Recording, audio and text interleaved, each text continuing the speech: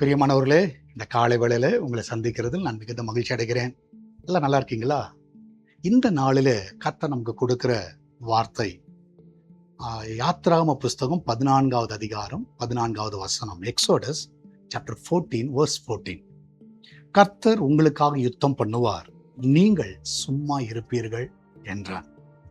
So இது எல்லாருக்கும் தெரிந்த ஒரு வார்த்தை தான். உங்களுக்காக அவர் யுத்தம் பண்ணுவார். நிறைய போராட்டங்கள்ல இந்த காலை வேளையில நீங்க இருக்கலாம்.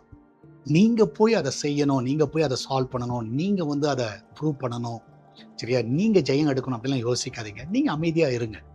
ஏன்னா சிலர் உங்களுக்கு பிரச்சனை மேல பிரச்சனை கொடுத்துக்கிட்டே இருக்கலாம்.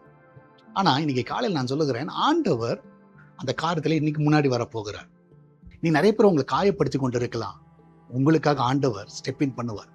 நல்ல ஒரு டிஃபெண்டர். அவர் உள்ளார வந்தாருன்னா உண்மையா நான் சொல்லுகிறேன், எல்லாரும் அமைதியாயிடுவாங்க. இன்னைக்கு எல்லாரும் அமைதியாகணுமா? ஆண்டவர் உள்ளார வருவார். நீங்க அமைதியா இருங்க. நம்மளாம் ஜெபிக்கலாமா? நன்றி ஆண்டவரே, உடைய பிள்ளை நிறைய போராட்டத்தில் இன்னைக்கு இருக்கலாம். ஆண்டவர் உண்மையாகவே அநேக விதத்துல காயப்பட்டு கொண்டு இருக்கலாம், பேச முடியாம தவித்து கொண்டு இருக்கலாம், பலன் இல்லாம இருக்கலாம். இன்னைக்கு நீங்க ஆண்டவரே அந்த காரியத்துல உள்ளார வாங்க. நீங்க முன்னாடி நில்லுங்க. நீங்க வந்துட்டீங்கன்னா எல்லாரும் அமைதியாயிடுவாங்க. இன்னைக்கு நீங்க அந்த இடத்துல இல்லாதனால எல்லாரும் பேசிட்டு இருக்காங்க. இந்த கால்வேளை உங்களுடைய பிள்ளையுடைய பிரச்சனைகளுக்கு நீங்க வாங்கப்பா.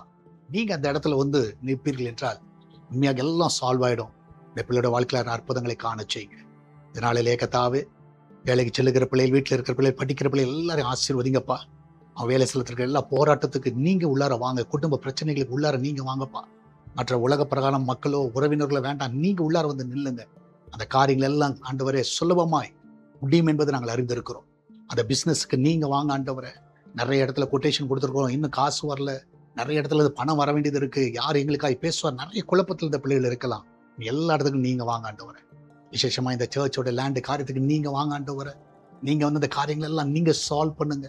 அந்த தேவையெல்லாம் நீங்க சந்திங்க. நாங்க யார் இடத்துல போவோம்? நீங்க வாங்க ஆண்டவரே. ஆத்துமாக்களை கொள்ளை பொருளாய் சபைக்கு கொண்டு வாங்க. எங்களுடைய வாஞ்சை நீர் அறிந்திருக்கிறீர் ஆண்டவர். ஒரு பெரிய ரட்சிப்பு இந்த பெங்களூர் பட்டணத்துல உருவாவதற்கு ஆண்டவரே நாங்களும் ஒரு காரணமா இருக்கணும். எங்க சபையும் ஒரு காரணமா இருக்கும். சால்வேஷன் டீ ஒரு காரணமா இருக்கணும் ஆண்டவரே. ஆண்டவரே மகிமையான காரியங்களை செய்யுங்க. இதனால பர்த்டே, வெட்டிங் அனிவர்சரி கொண்டாடுங்க. எல்லா பிள்ளைகளையும் ஆசீர்வதிங்கப்பா. எல்லா நன்மையால் நிரப்பும். ஒரு குறைவெல்லாம் நடத்துங்க. இயேசுவின் நாமத்தில் ஜெபிக்கிறேன். ஆமென், ஆமென். பிரியமானவர்களே, கர்த்தர் உங்க கூட இருக்கிறார். தைரியமா இருங்க. உங்களுக்காக அவர் உள்ளார் வருவார். God bless you.